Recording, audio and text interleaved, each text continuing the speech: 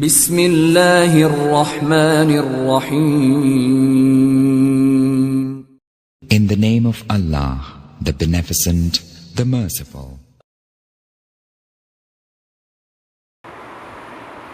الحمد للہ وکفى وسلام علی عباده الذین اصطفى اما بعد فقد قال اللہ تبارک وتعالی فی القرآن المجید والفرقان الحمید. اعوذ باللہ من الشیطان الرجیم. بسم اللہ الرحمن الرحیم. یا ایہا الذین آمنوا لا يحل لكم ان ترثوا النساء کرہا ولا تعضلوهن لتذهبوا ببعض ما آتيتموهن إلا أن يأتين بفاحشة مبينة وعاشروهن بالمعروف فإن كرهتموهن فعسى أن تكرهوا شيئا ويجعل الله فيه خيرا كثيرا. صدق اللہ العظیم وصدق رسولہ النبی الکریم ونحن على ذلك من الشاہدین والشاکرین. محترم بزرگوں اور دوستو،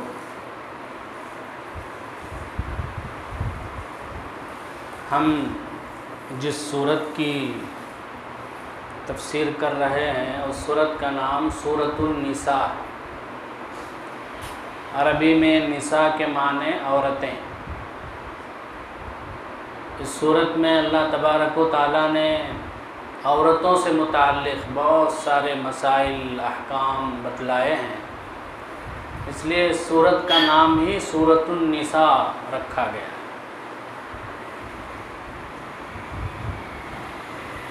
میں نے جو آیت آپ کے سامنے پڑھی اس میں اللہ تبارک و تعالیٰ نے عورتوں سے متعلق حقوق بیان فرمائے. اسلام سے پہلے عورتوں کو کیا سمجھا جاتا تھا، کس طرح کا سلوک کیا جاتا تھا، اس پر ایک مختصر سی روشنی ڈالی گئی ہے اور اسلام کے حکم کو واضح کیا گیا ہے.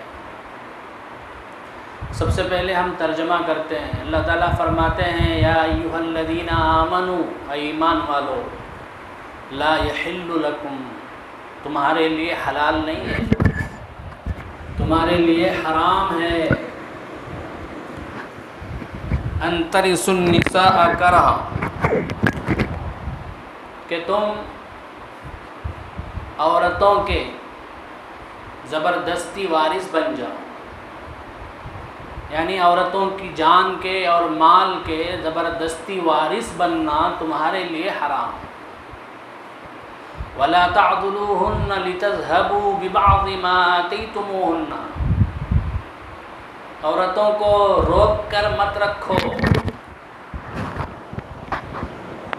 تاکہ تم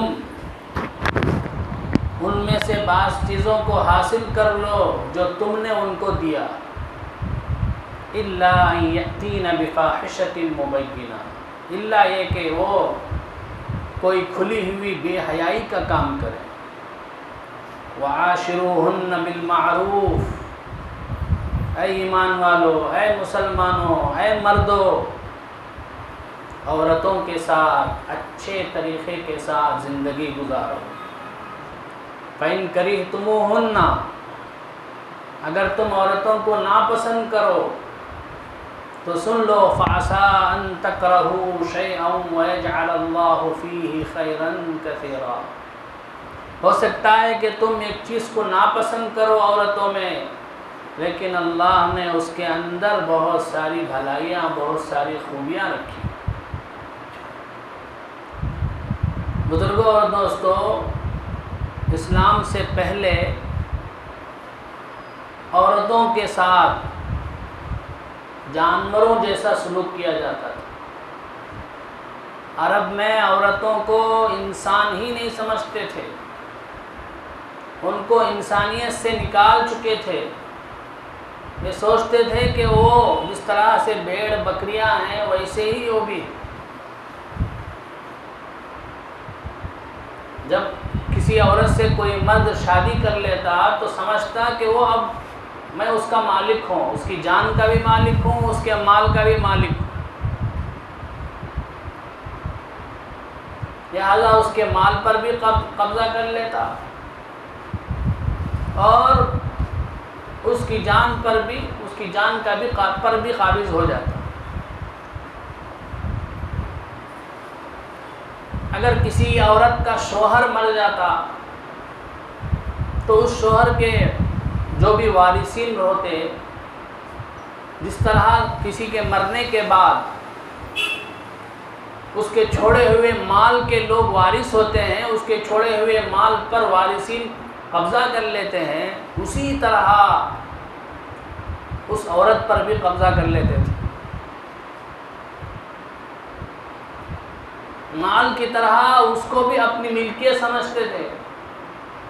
اگر وہ عورت خوبصورت ہوتی تو اس سے خود شادی کر لیتے، حتیٰ کہ سوتیلا بیٹا، یعنی اس عورت کا جو شوہر ہے اس کو دوسری بیوی سے جو بچہ پیدا ہوا اسے بولتے سوتیلا بیٹا، اور یہ عورت سوتیلی ماں، تو سوتیلا بیٹا سوتیلی ماں سے شادی کر لیتے۔ مقصد صرف یہ ہوتا کہ اگر اس سے شادی کر لیں گے تو اس کے پاس، اس کے قبضے میں جو بھی مال ہے وہ مجھے مل جائے، یہاں سے باہر نہ جائے۔ جیسے آج کل اللہ معاف فرمائے، جس طرح سے بہن ہوتی ہے، اس کی ایک ہی بیٹی ہے، بڑی مالدار ہے، اب وہ بہن یہ سوچتی ہے کہ اگر میں کسی غیر سے میری بچی کا نکاح کراؤں گی تو میرا سارا پیسہ اسی کے پاس چلا جائے گا۔ اس لیے نعوذ باللہ بہت سی مسلمان عورتیں اپنی بچی کا نکاح سگے ماموں سے، اپنے بھائی سے کرا دیتے ہیں، بچی کے سگے ماموں سے اپنے بھائی سے کرا دیتے ہیں۔ جس طرح غیروں میں ہے، غیروں میں سب سے پہلا رشتہ مقدم رشتہ ہو، ماموں کا رشتہ، بھانجی سے ماموں کا رشتہ پہلے مقدم، لیکن اسلام میں حرام ہے۔ بہت سی قریوں میں دین نہیں ہے، دین کا علم نہیں، جہالت ہے، اب آس پاس میں دیکھتے غیروں سے ملے جلے رہتے، اس لیے کیا کرتے ہیں، میرا پورا مال اگر کسی غیر سے نکاح کریں گے تو وہاں چلا جائے گا، اس سے بہتر ہے کہ اپنے بھائی سے میری بچی کا نکاح کر دوں۔ سوچ کے کیا کرتے ہیں، اپنے بھائی سے کرا دیتے ہیں، تو پتہ ہی نہیں، حالانکہ یہ حرام۔ تو اسی طرح ایام جاہلیت میں بھی نعوذ باللہ سوتیلا بیٹا سوتیلی ماں سے نکاح کر لیتا تاکہ اس کے پاس جو بھی مال ہے، اسے جو ترکہ میں حصہ ملنے والا ہے، وہ یہاں سے باہر نہ جائے، اسی کے پاس رہے۔ اگر خوبصورت نہیں ہوتی تو کسی اور سے نکاح کرا دیتا، لیکن شرط یہ لگاتا کہ تیرے پاس جو بھی مال ہے سب میرے حوالے کر دے، تبھی میں تیرا دوسرے سے نکاح کراؤں۔ اگر وہ پورا مال دیتی ہے، راضی ہو جاتی، تو تب کیا ہے، اسے کسی اور سے نکاح کرا دیتے، حتیٰ کہ اس کا جو مہر ہے وہ بھی خود لے لیتے۔ کبھی کبھار کیا کرتے، کسی سے بھی نکاح نہیں کراتے، اپنے ہی گھر میں قید کر کے رکھتے۔ اب وہ بیچاری مجبور ہو کے وہیں پڑی رہتی، یا تو مجبور ہو کے اپنا پیسہ دے کے وہاں سے اپنے آپ کو چھڑا لیتی، یا نہیں تو وہیں پہ مر جاتی۔ تو اسلام کے آنے سے پہلے عرب کے اندر اس طرح کا عورتوں کے ساتھ سلوک ہوتا تھا۔ جب اللہ تبارک و تعالیٰ نے نبی کریم صلی اللہ علیہ وسلم کو نبی بنایا اور آپ کے ذریعے سے اسلام کو پوری دنیا کے اندر پھیلایا، تو تب اللہ نے یہ حکم نازل فرمایا کہ عورتیں یہ کیا نہیں ہیں، مال نہیں ہیں، جانور نہیں ہیں، نعوذ باللہ، وہ بھی ایک انسان ہے، مردوں سے بھی زیادہ ان کا حق زیادہ بنتا ہے۔ اسلام نے کہا کہ عورتوں کا حقوق مقدم ہے، بندوں کا حقوق مقدم ہے اللہ کے حقوق سے پہلے۔ مسئلے مسائل کی حنفی کتاب ایک مشہور کتاب ہے ہدایہ بول کے، جتنے بھی عالمیت پڑھتے ہیں سب پڑھتے ہیں، اس کے بغیر کوئی عالم نہیں ہو سکتا. وہ پورے 4 جلداں، اتنی موٹی کتاب ہے، 4 جلدیں، جلد اول، جلد ثانی، جلد ثالث، جلد رابع، ساری پڑھائی جاتی ہے مدرسوں. اب اس میں پہلی جلد، اس میں ہی صرف کیا ہے، حقوق اللہ ہے، نماز، روزہ، زکوٰۃ، وضو، تیمم، یہ مسائل ہیں. باقی تینوں جلدوں میں معاشرت کے مسائل ہیں، تجارت کے مسائل ہیں، لوگوں کے ساتھ حقوق العباد سے متعلق مسائل ہیں. بیوی کے کیا حقوق ہیں، شوہر کے کیا حقوق ہیں، نکاح کے کیا مسائل ہیں، طلاق کے کیا مسائل ہیں، کسی کا شوہر مر جائے تو عدت کا کیا مسئلہ ہے، بچوں کی پرورش کا کیا مسئلہ ہے.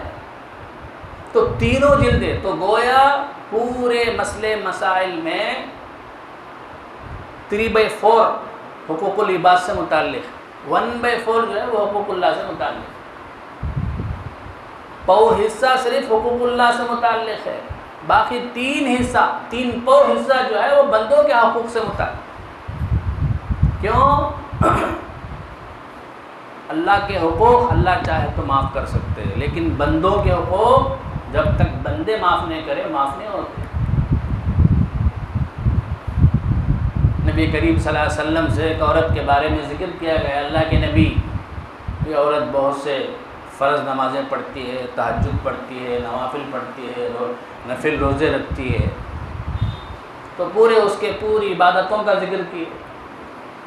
آپ صلی اللہ علیہ وسلم نے پوچھا وہ اپنے پڑوسیوں کے ساتھ کیسا سلوک کرتی ہے؟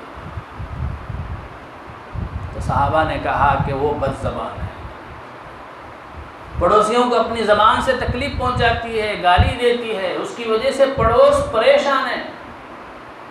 تو آپ صلی اللہ علیہ وسلم نے فرمایا وہ جہنم میں جائے، اس کے نفل نمازیں، اس کے روزے کچھ کام نہیں آئیں گے، جبکہ وہ اپنی زبان سے بندوں کو تکلیف پہنچا رہی ہے. پھر عورت کے بارے میں آپ صلی اللہ علیہ وسلم کے سامنے ذکر کیا گیا، اے اللہ کے نبی، یہ عورت جو ہے زیادہ نفل نمازیں نہیں پڑھتی، نفل روزے نہیں رکھتی، لیکن جتنے فرائض ہیں، واجبات ہیں، اسے پورا کر لیتی ہے. آپ نے پوچھا کہ پڑوسیوں کے ساتھ اس کا کیسا سلوک ہے؟ صحابہ نے کہا کہ وہ پڑوسیوں کے ساتھ اچھا سلوک کرتی ہے، اپنی زبان کے کسی کو تکلیف نہیں دیتی، سب کے ساتھ اچھے اخلاق سے پیش آتی ہے. تو آپ نے فرمایا کہ وہ ضرور جنت میں جائے گی. تو بزرگوں اور دوستوں، تہجد کا پابند ہے، اوابین کا پابند ہے، اشراق کا پابند ہے. یہ سب کب کام آئیں گے؟ جبکہ ہماری ذات سے کسی کو تکلیف نہ پہنچے. مشہور حدیث ہے، آپ نے بار بار سنا ہوگا، اللہ کے نبی صلی اللہ علیہ وسلم نے پوچھا، اے صحابہ بتاؤ مفلس کون ہے؟ غریب. مفلس کون ہے؟ غریب کون ہے؟ صحابہ نے کہا مفلس اور غریب وہ ہے جس کے پاس درہم نہ ہو، دینار نہ ہو، پیسے نہ ہو، روپیہ نہ ہو. تو آپ نے فرمایا کہ نہیں، سب سے بڑا مفلس قیامت کے دن وہ ہوگا جو ڈھیر ساری نمازیں، ڈھیر سارے روزے، ڈھیر ساری زکوٰۃ، صدقہ، خیرات لے کر آئے گا قیامت کے دن، لیکن کسی کو گالی دیا ہوگا، کسی کو مارا ہوگا، کسی کی غیبت کی ہوگی، کسی کو اپنی ذات سے تکلیف پہنچائی ہوگی، اپنی زبان سے تکلیف پہنچائی ہوگی. اب جن لوگوں کو تکلیف پہنچائی ہوگی وہ سارے لوگ آئیں گے اللہ کے سامنے، کہیں گے کہ اللہ میرا حق ان سے دلا. تو اللہ تعالیٰ اس کے پاس جو بھی اس کے نام اعمال میں نیکیاں ہوں گی وہ سب ان لوگوں کو دے دیں. نیکیاں ختم ہو جائیں گی لیکن حق مانگنے والے باقی رہ جائیں گے. فرشتے کہیں گے کہ اللہ حقدار ابھی بھی باقی ہیں لیکن اس کی نیکیاں ختم ہو گئی ہیں، کیا کریں؟ تو اللہ کہیں گے ان لوگوں کے جو حقدار ہیں، ان لوگوں کے جو بھی گناہ ہیں، ان گناہوں کو اس کے نام اعمال میں لکھ دو، اس کے اوپر ڈال دو. تو اس سے معلوم ہوا کہ حقوق العباد کی بڑی اہمیت ہے اسلام میں. خاص طور پر عورتوں کے بارے میں اللہ نے آگے فرمایا وعاشروہن بالمعروف، عورتوں کے ساتھ اچھے طریقے سے زندگی گزارو۔ حضرت حکیم الامت اشرف علی تھانوی رحمۃ اللہ علیہ فرماتے تھے بیویاں جو ہیں وہ بیچاری انہوں نے 2 بول کی لاج رکھ لی۔ ایک نے کہا میں نے نکاح کیا، اس نے کہا میں نے قبول کیا، بس اب زندگی بھر شوہر کے ساتھ رہتی ہے۔ اس 2 بول کے خاطر اپنے ماں کو چھوڑتی ہے، اپنے باپ کو چھوڑتی ہے، بھائی بہنوں کو چھوڑتی ہے، اپنے گھر کو چھوڑتی ہے، خاندان کو چھوڑتی ہے، ماحول کو چھوڑتی ہے۔ اب یہاں شوہر کے پاس اجنبی آدمی، اجنبی گھر، اجنبی خاندان، اجنبی لوگ، اجنبی ماحول، اب وہیں پڑی رہتی، سمجھتی ہے کہ یہ میرا گھر ہے۔ تو بیچاری 2 بول کی لاج رکھ کے ہمارے پاس آ جاتی ہے، لیکن ہم لوگ اسے اپنے باندھی سمجھتے ہیں۔ اگر ہمارے ماں باپ کی خدمت نہیں کرتی ہے تو ظلم ڈھاتے ہیں،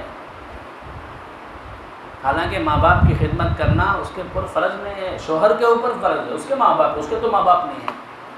ہاں اگر کوئی لڑکی، کوئی عورت ساس سسر کی بھی خدمت کرتی ہے تو یہ اس کی خوش نصیبی ہے، اس کی سعادت مندی ہے، ہمیں اس کی قدر کرنی چاہیے۔ اسی طرح فقہاء نے لکھا ہے کہ کھانا پکانا یہ بھی کوئی عورت کے اوپر واجب نہیں ہے، اس کا اخلاقی فریضہ ہے۔ کھانے کا انتظام کرنا ہمارے ذمہ فرض ہے، اور بیچاری صبح سے لے کے دوپہر تک، شام تک کھانے پکانے میں اس میں لگے رہتی ہے، تو ہمیں اس کی قدر کرنی چاہیے۔ تعریف کے 1-2 بول ہماری زبان سے نکال دینا چاہیے۔ حضرت مولانا ڈاکٹر عبدالحی صاحب رحمۃ اللہ علیہ، حضرت مولانا مفتی تقی عثمانی صاحب دامت برکاتہم کے شیخ، اور وہ حضرت ڈاکٹر عبدالحی صاحب رحمۃ اللہ علیہ کہتے ہیں کہ میاں بیوی دونوں میرے مرید تھے، میرے سے بیعت لیے ہوئے تھے، دونوں سے میرا بیعت کا تعلق تھا۔ ایک مرتبہ انہوں نے اپنے گھر کھانے کی دعوت دی تو میں ان کے گھر گیا۔ میری عادت ہے جب بھی گھر میں کھانا پکتا ہے تو میں عورتوں کی، گھر والوں کی تعریف کرتا ہوں کہ ماشاءاللہ آپ نے اچھا کھانا بنایا، بہترین کھانا بنایا۔ تو وہاں بھی میں نے اپنی عادت کے مطابق کھانا سب کھانے کے بعد پردے کی آڑ میں گھر والے کی جو بیوی تھی ان کو بلایا، اور بلا کے ان کی تعریف کی کہ ماشاءاللہ آپ نے کھانا بہترین بنایا۔ تو حضرت کہتے ہیں بس میرا اتنا کہنا تھا، پردے کے پیچھے سے سسک کر رونے کی آواز آنے لگی۔ تو حضرت کہتے ہیں میں ڈر گیا، پتہ نہیں میں نے کیا کہہ دیا، میری زبان سے کیا لفظ نکل گیا جس کی وجہ سے ایسی رو رہی ہے۔ تو جب ان کا رونا بند ہوا، تھوڑی سے وہ پرسکون ہوئی، تو میں نے پوچھا کہ کیا بات ہے، کیوں رو رہی ہے؟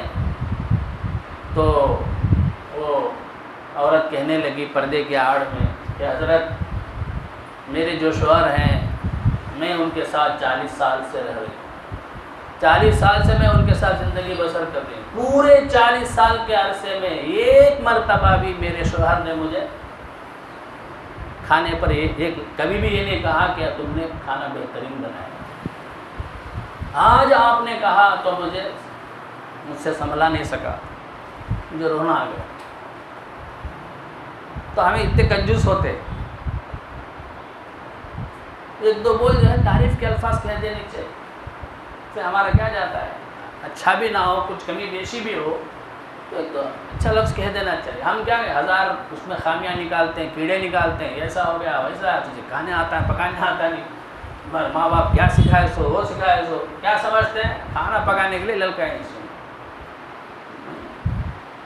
ذرا سوچ کر دیکھیں اگر معاملہ الٹا ہوتا، حضرت تھانوی رحمۃ اللہ علیہ بولتے ہیں اگر معاملہ اس کے الٹا ہوتا، اگر شوہر سے کہہ دیا جاتا کہ تم کو اپنا گھر چھوڑنا پڑے گا، اپنے ماں باپ کو چھوڑنا پڑے گا، اپنے خاندان والوں کو چھوڑنا پڑے گا، اور اپنے گاؤں کو چھوڑنا پڑے گا، سب چھوڑ چھاڑ کے بیوی کے پاس آ کے رہنا پڑے گا، اس طرح سے کہہ دیا جائے کیا حال ہوگا؟ کیا تیار ہوں گے؟ اب بیچاری ساری چیزیں اپنی خواہشات سب چھوڑ کے ہمارے پاس آ گئی ہے، اور ہم اس کو باندیوں کے ساتھ طرح اس کے ساتھ سلوک کریں تو ظلم نہیں ہے، اس کا احسان ماننا چاہیے، اس کا شکر ادا کرنا چاہیے۔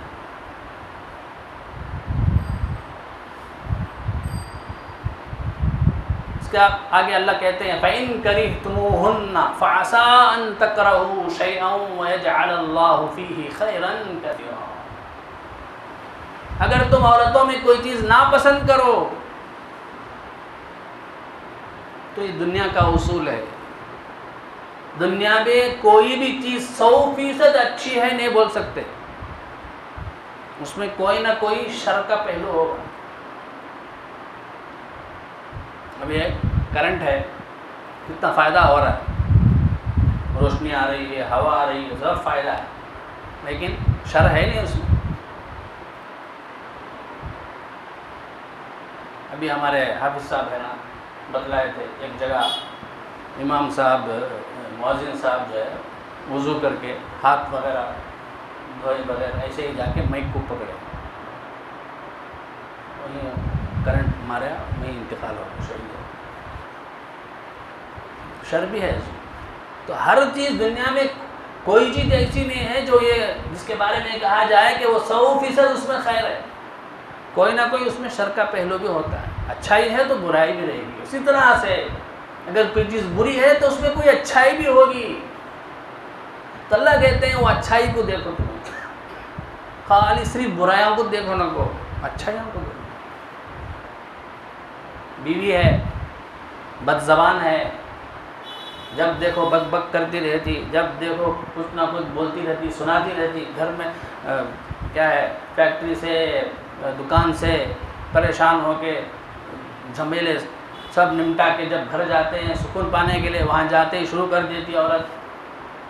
تو ایسے وقت میں اب یہ نہیں ہے، وہ نہیں ہے، تمہیں کیا دیکھتے، تمہیں کیا کرتے کر کو شروع کر لیتی،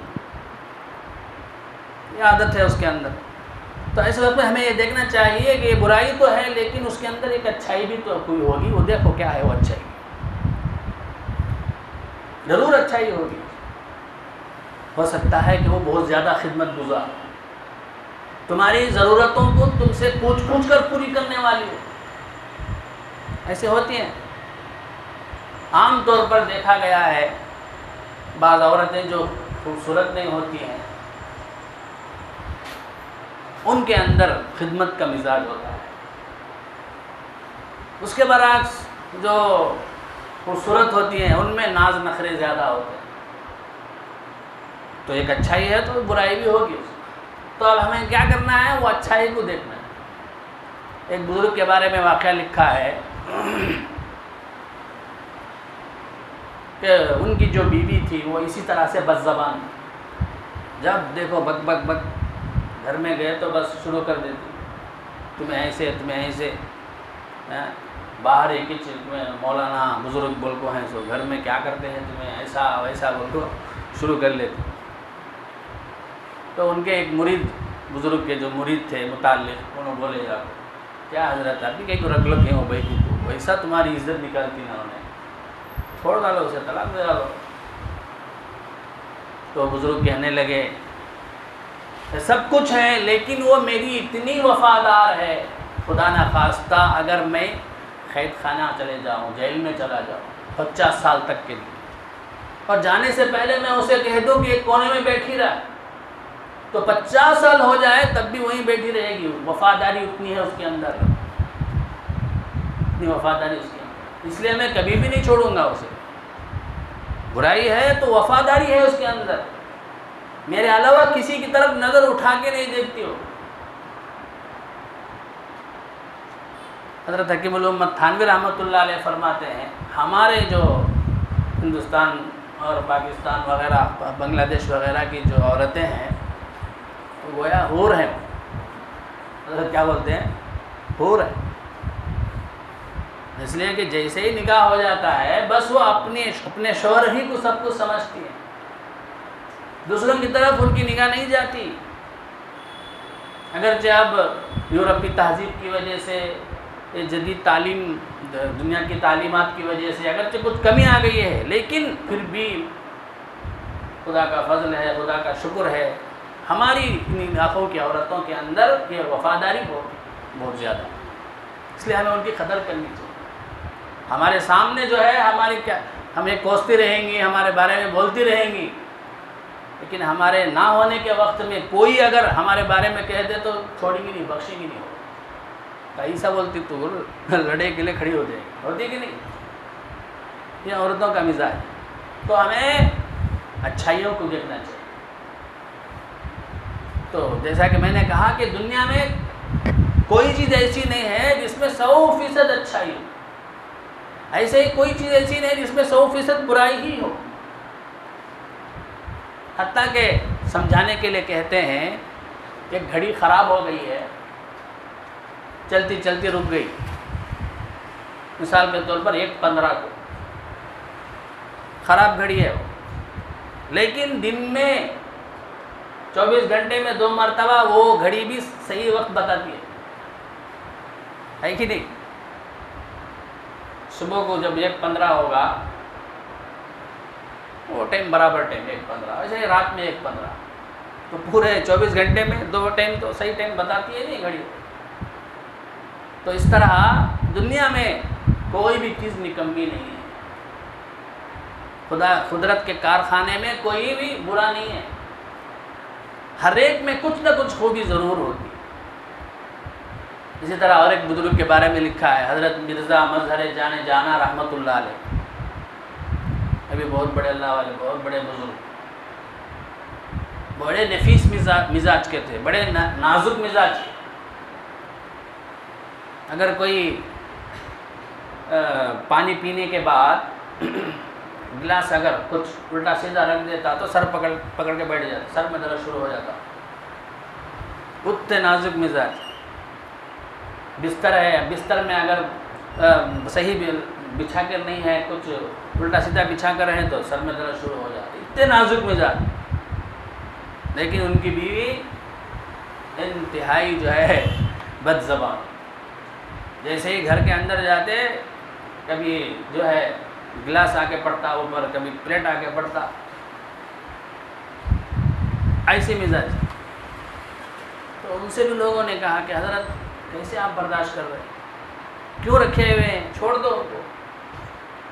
تو حضرت نے یہی کہا، مجھے امید ہے کہ اللہ تبارک و تعالیٰ اس عورت کے صلے میں مجھے میرے گناہوں کو معاف کر دے۔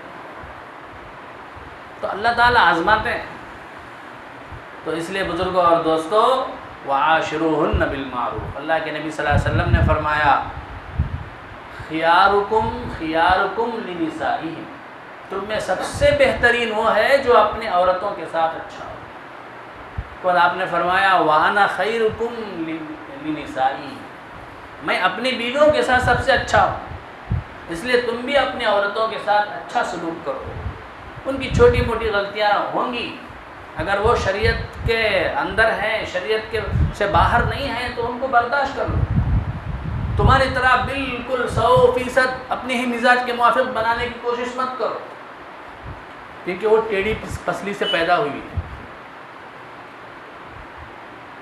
حدیث میں آتا ہے عورتیں ٹیڑھی پسلی سے پیدا کی گئی، اگر تم ان کو سیدھا کرنا چاہو تو تم توڑ دو گے اس کو، اس لیے تم ان کو ان کی ٹیڑھے پن کے ساتھ ہی ان سے فائدہ اٹھاؤ، ٹیڑھا پن ہی ان میں خوبی ہے، عورتوں میں ٹیڑھا پن ہی خوبی ہے۔ اب ہمارے اندر جو پھسلیاں ہیں وہ ٹیڑھے رہے تو سیٹ ہوتے ہم نا، بالکل سیدھے رہے تو کیا رہیں گے، چپتے رہیں گے، ہے کہ نہیں؟ آپ ہوں کرے تو چبھیں گے، ہوں کرے تو چبھیں گے، اسے ٹیڑھا کرنا پڑے گا، ایسا سیدھے رہے گا تو ہم نے سیٹ ہوں گے۔ تو اسی طرح سے عورتیں ٹیڑھے ہی رہیں گے، تو ان کے ٹیڑھے پن سے ہی ان کو ٹیڑھا پن کی حالت میں رکھ کر ہی ہمیں ان سے فائدہ اٹھانا ہے۔ اب اسے ہمیں بالکل سیدھا کرنے کی کوشش کرے تو ٹوٹ جائیں گے، اب اس کے بعد ہمیں اسے سیدھا کرنا چاہے، اسے ملانا چاہے تو ملا نہیں سکتے۔ دیوار ٹوٹ جائے تو پلاسٹر رکھ کر جو ہے سیمنٹ رکھ کے جوڑ دیتے، ویسا اسے جوڑ نہیں سکتے، اسے ٹوٹ گئی۔ تو اللہ کے نبی نے عجیب تشبیہ دی کہ عورتیں ٹیڑھی پسلیوں کے مانند ہیں، ان میں ٹیڑھا پن رہے گا، تو ٹیڑھا پن ہی ان کی خوبصورتی ہے، تو اسی ٹیڑھے پن کے ساتھ تم جو ہے ان سے فائدہ اٹھاؤ۔ لہذا ان میں کوئی ایک دو عیب کی باتیں ہیں، اگر وہ شریعت کے خلاف نہیں ہیں، تمہارے مزاج کے خلاف ہیں تو برداشت کرو۔ ہاں اگر شریعت کے خلاف ہے تو پھر تمہیں جو ہے ان کو نصیحت کرنا پڑے گا، سمجھانا پڑے گا۔ سمجھنے سے بھی اگر نہیں مان رہی ہیں تو ان کا بستر الگ کر دو، پھر بھی نہیں مان رہی ہیں تو مارنے کا بھی حق ہے، لیکن شرط یہ ہے کہ ایسی مار نہ ماریں جس کی وجہ سے ان کی ہڈی ٹوٹ جائے، ان کی خوبصورتی میں فرق آ جائے، بالکل ہلکا ماریں۔ لیکن آپ نے یہ بھی فرمایا کہ بہترین مرد، اچھے مرد وہ ہیں جو اپنی بیویوں کو نہیں مانتے۔ پھر بھی اگر نہیں مانے تو اب خاندان والوں سے بات کریں، پھر بھی وہ جو دونوں خاندان والے جو ہے بیٹھ کے سمجھائیں گے، آپس میں صلح کی بات کریں گے، پھر بھی نہ مانے تو اب جو ہے وہ چھوڑنے کی بات آتی ہے، طلاق کی بات آتی ہے۔ تو بہرحال یہ اسلام کے یہ ہمارے خوبصورت احکام ہیں، ان کو اگر ہم جان کر ان کے ساتھ اگر ہم جو ہے گھر کی زندگی گزاریں گے تو ہمارا گھر جو ہے وہ جنت کا باغ بن جائے گا، پرسکون بن جائے گا۔ لیکن اگر اب ہم اس میں میرا ہی چلنا، میں جو بولتا ہوں ویسا چھوڑنا بول کے ضد کریں گے تو پھر جو ہے گھر ٹوٹ جائے گا، گھر میں روز برس جھگڑے ہوتے رہیں گے، جس کی وجہ سے بچوں پہ اثر پڑے گا، خاندان پر اثر پڑے گا، پورا معاشرہ بگڑ جائے گا۔ گھر کا نظام اگر صحیح ہو گیا تو پورا معاشرہ بن جائے گا۔ تو اس لیے بزرگوں اور دوستوں، عورتوں کے حقوق سے متعلق ہمیں جانکاری حاصل کرنی چاہیے، اس کے مطابق جو ہے ہمیں عمل کرنا چاہیے، تبھی جو ہے ہمیں سکون ملے گا اور تبھی ہمارا گھر کا نظام جو ہے صحیح چلے گا، ہمارے بچوں کی صحیح تربیت ہوگی۔ اللہ تبارک و تعالیٰ مجھے بھی آپ کو بھی ان کہی ہوئی باتوں پر عمل کرنے کی توفیق عطا فرمائے۔ آمین وآخر دعوانا الحمدللہ رب العالمین۔